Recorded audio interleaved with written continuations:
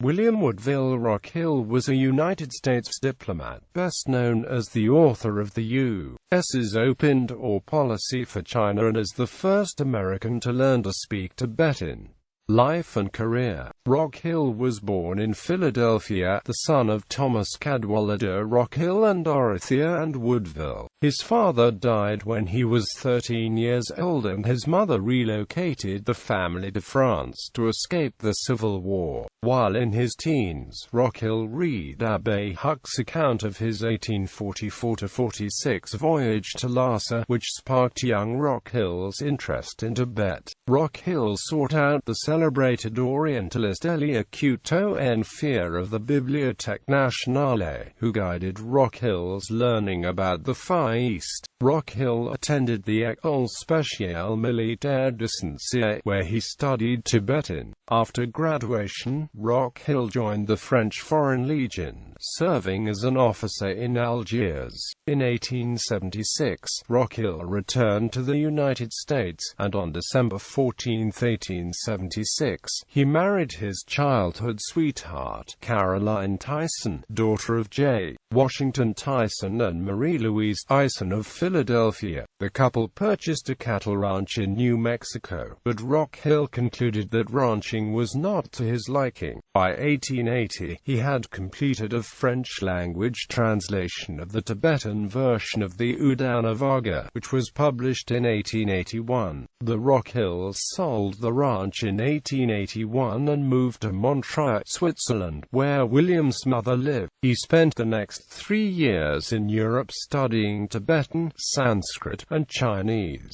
During this period, he co-authored a biography of the Buddha with Nanjo Bunyu and Ernst Luhmann, and completed a French-language translation of the Pratimoksha Sutra, published in 1884 under the title Pratimoksha Sutra, ou le traité d'émancipation selon la version tibétaine, avec notes et extraits du Dulva. In 1883, Rockhill's wife came into a $70,000 inheritance on the death of a cousin, allowing Rockhill to take an unpaid position with the American legation in Peking. After perfecting his language skills, he was upgraded to a paid position. In the 1880s, he made 2 extended expeditions into western China, Mongolia and Tibet. He sent an account of his travels to the Smithsonian Institution for publication, and in 1893, he was awarded the Gold Patrons Medal of the Royal Geographical Society. Artifacts from Rockhill's expeditions are in the collections of the Department of Anthropology, National Museum of Natural History, Smithsonian Institution, and archival materials are in their associated archives, the National Anthropological Archives.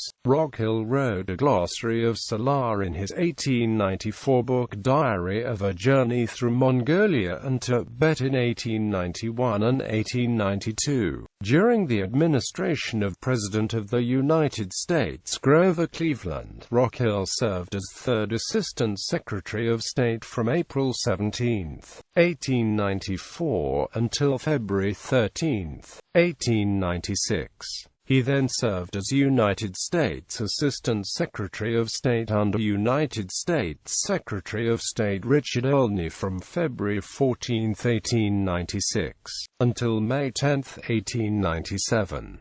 In 1897, President William McKinley named Rockhill U.S. Minister to Greece, a position he held from September 25, 1897, to April 27, 1899. He concurrently served as Minister to Serbia from May 7, 1898, to April 27, 1899, and as Minister to Romania from May 18, 1898, to April 27, 1899. With the outbreak of the Boxer Rebellion, U.S. Secretary of State John Hay, who knew little of the Far East, turned to Rockhill for guidance. As such, Rockhill drafted a memorandum that spelled out the famous Open Door policy towards China. This memorandum was circulated to Russia, Britain, Germany, France, Japan, and Italy, and in March 1900, Secretary Hay announced that all the great powers powers had signed off on the open door policy. Rockhill was then dispatched as President McKinley's special envoy, where he represented the U.S. in the Conference of Ministers that followed the ending of the Boxer Rebellion. During the negotiations surrounding the Boxer Protocol, Rockhill argued against full war reparations, instead encouraging the great powers to settle for a lump sum of $333 million in reparations to be divided amongst the powers in proportion to their expenses incurred in intervening in China. At Rockhill's urging, the American share of war reparations was used to fund student exchanges between China and the U.S. In 1905, President Theodore Roosevelt appointed Rockhill U.S. Minister to China, a position he held from June 17, 1905, until June 1,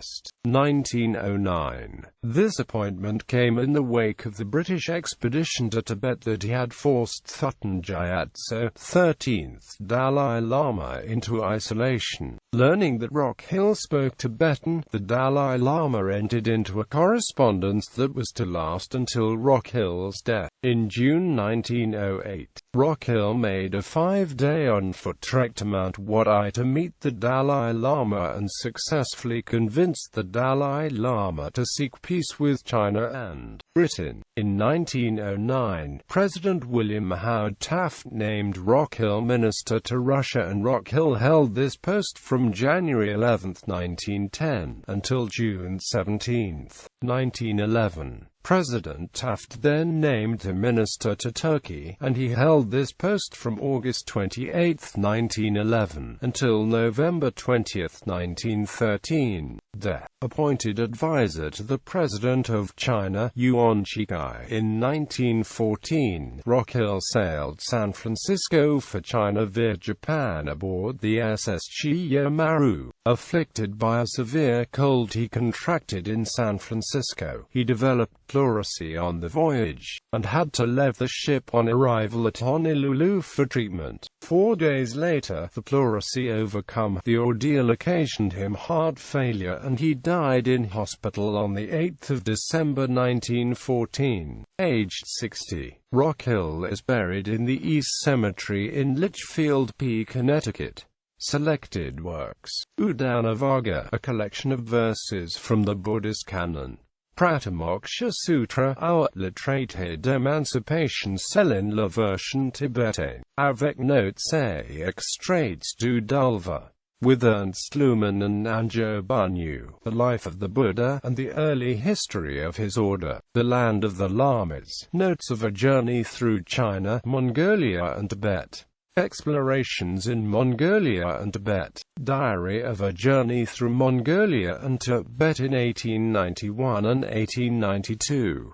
Journey Through Mongolia and Tibet, 1891 and 1892. Notes on the Ethnology of Tibet based on the collections in the U.S. National Museum. The Journey of William of Rubruck to the Eastern Parts of the World. With Sarat Chandra Das, Journey to Lhasa and Central Tibet. China's intercourse with Korea from the 15th century to 1895.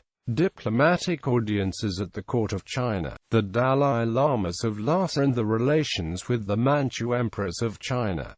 1644 to 1908.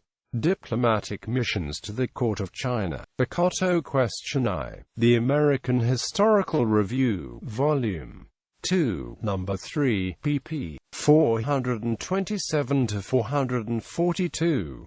Diplomatic missions to the court of China. The Koto Question II. The American Historical Review, Volume 2, Number 4, pp. 627 to 643. Edited works: Journey to Lhasa and Central Tibet.